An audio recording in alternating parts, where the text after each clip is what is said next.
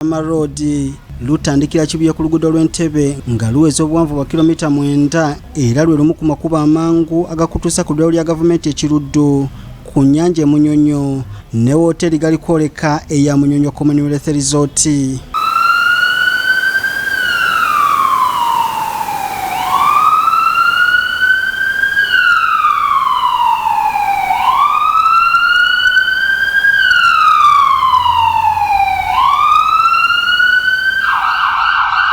Oluguudo luno bw'olutuuka kakadde kano oyinza okulowooza nti luli mu kibuga Kampala era toyinza kukkiriza mangu nti lwe lukutuusa ku limu ku malwaliro amakulu mu ggwanga ewaddusibwa abalwadde bali mu mbeera embi oba Ly'e Referral Hospital ng'eddwaliro ly'e Kiruddu likola ku balwadde abagudde ku bubenje, abayokeddwa omuliro, ab'emitima, ensigo n'endwadde endala era abalikulira batutegeezezza nga abalwadde baabwe bwe basanga kadde akazibu okubatuukako.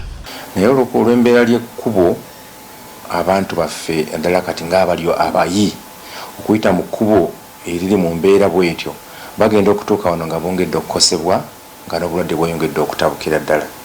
Njagala okuwa ekyokulabirako singa obadde ogudde ku accident ng'okutusa omugongo nga bakuleeta wano okujjanjabibwa ate ne bakuyisa mu kkubo erifaanana bwe lityo omugongo gugwongera okukosebwa n'oba nga ate bagenda okutuusa wano ng'oli mu mbeera mbi n'okusinga ate accident bwe yakutuusiriza.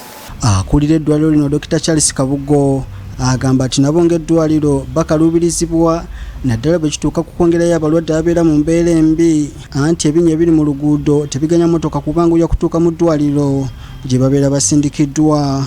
Ebiseera ebisinga tuba twagala nnyo okutwala omulwadde atuuke agenda afuna obujjanjabi mu bwangu ddala. So ogenda okulaba nti tufiirwa obudde bungi okutuusa omulwadde gye twetaaga omutwala. N'abo abalwadde abajja wano okufuna obujjanjabi ogenda okulaba ekifo ekyanjye kikutwalidde eddakiika 10 okutuuka ate kikutwalira ssaawa nnamba olw'embeera y'ekkubo gye lirimu mu budde buno.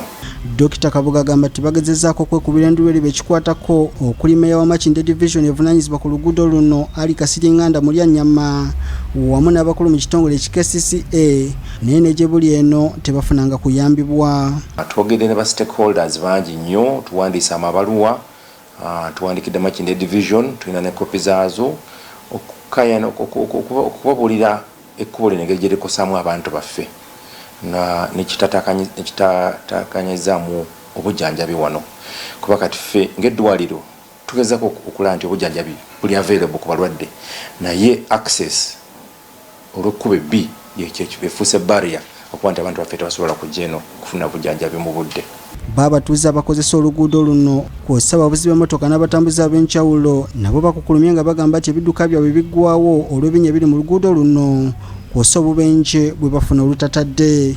Kati kadde twola emitwalo emeka ebiri n'enjinaaza yiino ngenda tuuka e Kampala ng'eyagala emirala emeka ebiri amafuta ga bbeeyi kati wane Salaama okuva e Kampala paka Salaama nnyo omutwalo gumu mu kakaaga ze liita mmeka liita 3 ng'abantu ndeese ba mitwalo 28 loading sasudde wa 10 mmeka wa 15 ebyo ddala ensonga y'oluguudo y'embi nnyo kyekituufu. Abasajja tubegayidde batuyambe mutima muki mulungi mutuyambe mutwogerereko nga mwe bannamawulire naffe batufeeko kuba oluguudo luyamba abantu bangi mu buli mbeera yonna tewali mu buli mbeera kuba sime bwe nnyinza kunnyonnyola muto wange.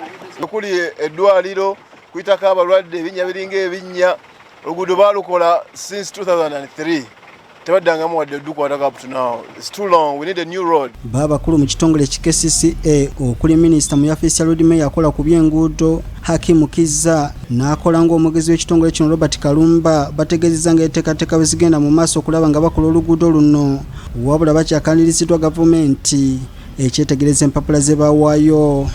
Bwe twogerera twamala dda okusayininga contract oba endagaano ne African Development Bank ne tukkiriza tugende mu maaso n'oluguudo luno naye emitendera gy'okutandika okukola naddala ku ssente ezo ziva mu badonor funds mu ssente z'abadonors zimala kuddako wa Solicitor General n'asobola okubeera nga asayininga contract era bwe twogerera contract emaze weeks 2 wa Solicitor General tusuubira nti taagituuleko ku lwayo nnyo babeere bakkakkamu tuli kumpi kutandika byonna byaggwa design yaggwa ey'oluguudo olwo contractor yagwa kisigadde kimu kyokka weeva eri wa Solicitor General gatandika okukola omulimu era eri kumpi kuvaayo control. Omukulembeze gwanga Yoweri Kaguta Tibuhaulwa Museveni bwe yali ayogerera eri abatuuze b'e Busaabala mu kiseera ky'okunoonya akalulu era we yatongoleza eddimu ly'okuzimba oluguudo lw'e Busaabala yategeeza nga gavumenti bwegenda okusinga okusoosowaza enguudo eziriko ebintu eby'ekkizo gamba ng'ebyamaguzi,